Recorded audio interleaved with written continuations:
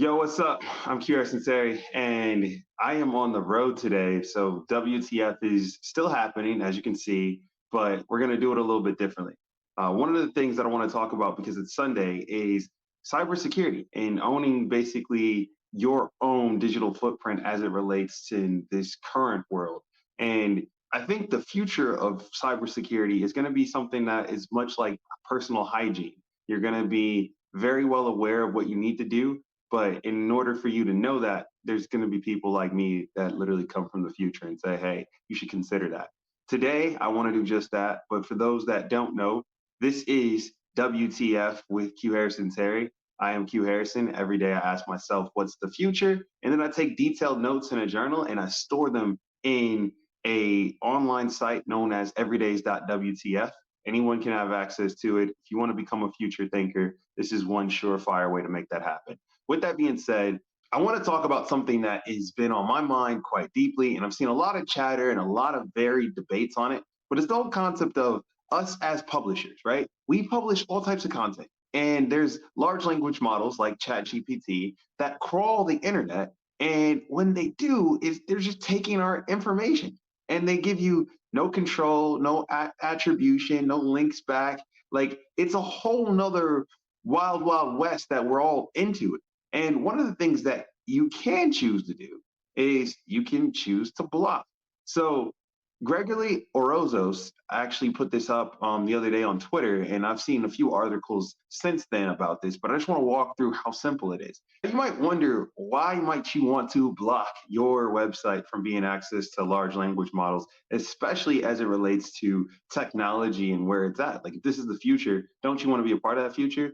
Well, I don't see why. And Greg makes a good point in this tweet where he says that, the fact that anything and everything that is publicly accessible on the web is actively being crawled by hundreds and probably thousands of large language models here soon is is not a cool thing, right? Like, I mean, you're going to see that more websites are going to get into rate limits, which you saw with Twitter and Reddit. You're going to see plugins and paywalls. Even my everyday's journal, one of the reasons why I do have a paywall up is these are my thoughts. These are the things that I spend a lot of time thinking about. I'm going to, use them in some form or fashion. I don't know what just yet, but I do this every day.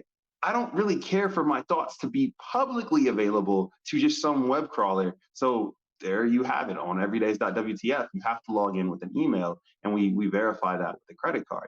And I think that that is probably going to be the way of the future. So how do you stay ahead of this curve? How do you secure your digital thoughts, your blogs, your websites, your domains? Now, the coolest thing is we have some guidance after ChatGPT has crawled the entire web on how to actually disavow or block ChatGPT from crawling your blog, your website, or your personal thoughts that you've posted online. And we don't know if they're going to adhere to this, but it's safe to assume, given that it's on their actual website, that this is going to be the way forward. So if you go to platform.openai, you'll see in their usage terms something that talks about how they're not going to let the bot go past paywalls or go through sites that actually are blocking it. So how exactly do you do this? Well, you can disallow GPT bot from accessing your site by just adding the following code to the header of the web page. It's pretty simple. You're going to take this line, literally add it to the header the same way you might put a meta tag or an open graph tag. And if you're not familiar with what I'm speaking to, this is the point where you link with your technology team or whomever you've been working with to date. And you just tell them, hey, you want to add this to the header? This is the code here. You can share this video. You can share this tweet. I'll link to it in the article for today.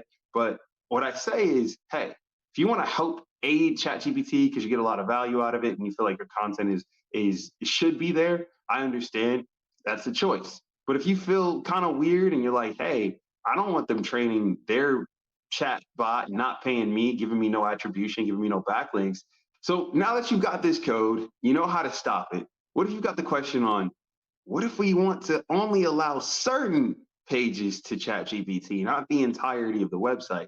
Well, in that case, you're going to put the same code on your site, but you're going to make a modification. You're going to create an allow list of sorts. So if you don't want a certain page to be indexed by a GPT, then you're going to tell it you can't index these pages. However, you can index these pages that we do allow for you to scrape, and that might be useful in the future, right? You might still want to be included in the database that will eventually be, ChatGPT, Bing, etc. But you might want to limit the information that it gives because you think that that is a part of your secret sauce, or a part of the web that you don't want, bots really to be accessing.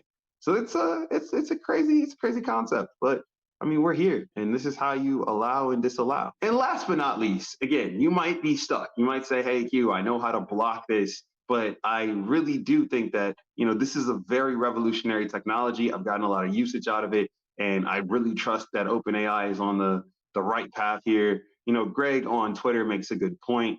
He says that, like, look, don't think of OpenAI as a nonprofit. They have created some interesting technology, but they are a for-profit company that is focused on generating profits for the people that hold their stuff.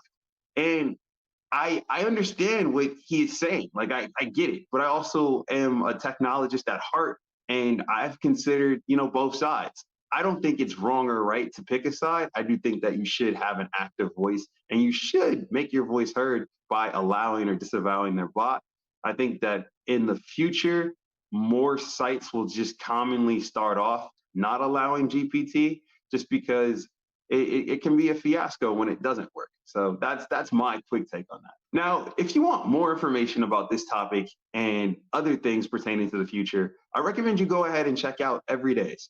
It's a place where I ask myself, what's the future? I take detailed notes, I store them in a journal. You can find that journal over at everydays.wtf.